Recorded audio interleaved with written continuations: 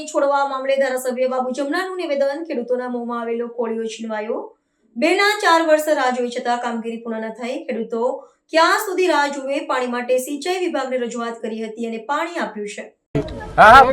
ચોમાસાની અંદર ચોમાસામાં છેલ્લો વરસાદ એવો પડ્યો કે મોંમાં કોળિયો ખેડૂતો જતો રહ્યો.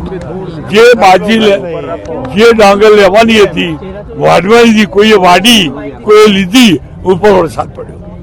એટલે કહેવાનો ભાવ છે કે મોંમાં આવેલો કોળિયો ખીચવાઈ ગયો. એ માટે ફરી રવિ પાકમાં ખેડૂતોને સારી શાંતિથી ખેતી થઈ શકે. ખેડૂતો જીરો નુકસાન થયું, એક પૈસાનું એમને વળતર મળ્યું નથી. માટે આપણો આગ્રહ હતો કે રવિ પાકમાં જો એમને ખેતી કરવા દેવાય ને દર વર્ષે આપે. 2 વર્ષ એમને બંધ રખાયું હતું, એના બદલે 4 વર્ષ બંધ્યા. એમનું એ મોટી ખેડૂતોને નુકસાની હતી. કેનાલની પ્રોજેક્ટ જે હોય તે વર્ષોથી પાણી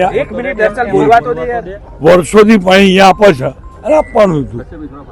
બીજી વાત, એ લોકોએ 2 વર્ષ આપણને કહેતા કે 2 વર્ષ પાણી નહીં મળે, આપણે આગળ તૈયાર થયા, પણ 4થા વર્ષે પાણી ના મળ્યું. આપ માનો છો કે જે કામગીરી સમય મર્યાદામાં પૂરી થવી જોઈએ એ થઈ નથી થઈ? એ નથી થઈ, માટે જ આ થયું. જો સમય મર્યાદામાં કામગીરી પૂરી કરી હોત તે કોન્ટ્રાક્ટરે તો સ્થિતિ ના આવે. આપ માનો છો કે સિંચાઈ વિભાગમાં આપે વાત કરી, પેલા કમિશનર જોડે બાબુ કાકા, સ્થાનિકોનું એવું કેવું છે કે ધારાસભ્ય ખેડૂતો માટે ચિંતા કરે છે તો સ્થાનિકોની કરવી જોઈએ. જે કામગીરી છે તે ઝડપથી પૂર્ણ થાય એવું કોર્પોરેશનને કહેવું જોઈએ. કોર્પોરેશને પણ આપણે કહ્યું છે, કોર્પોરેશન પણ આપણી સાથે છે, એમને પણ આપણને મદદ કરી છે. માનો છો કે જલ્દી કામગીરી પૂરી થાય એના માટે આપ ફરી રજૂઆત કરશો? હા, જલ્દી કામગીરી થાય કે ના થાય, ખેડૂતોની ચિંતા કરવી જોઈએ. એ આપણને ખ્યાલ નહીં. એક મિનિટ, આપણને જયારે કહ્યું હતું કે 2 વર્ષ તમને પાણી નહીં મળે, ખેડૂતો આપણે કે 2 વર્ષ શાંતિ રાખો.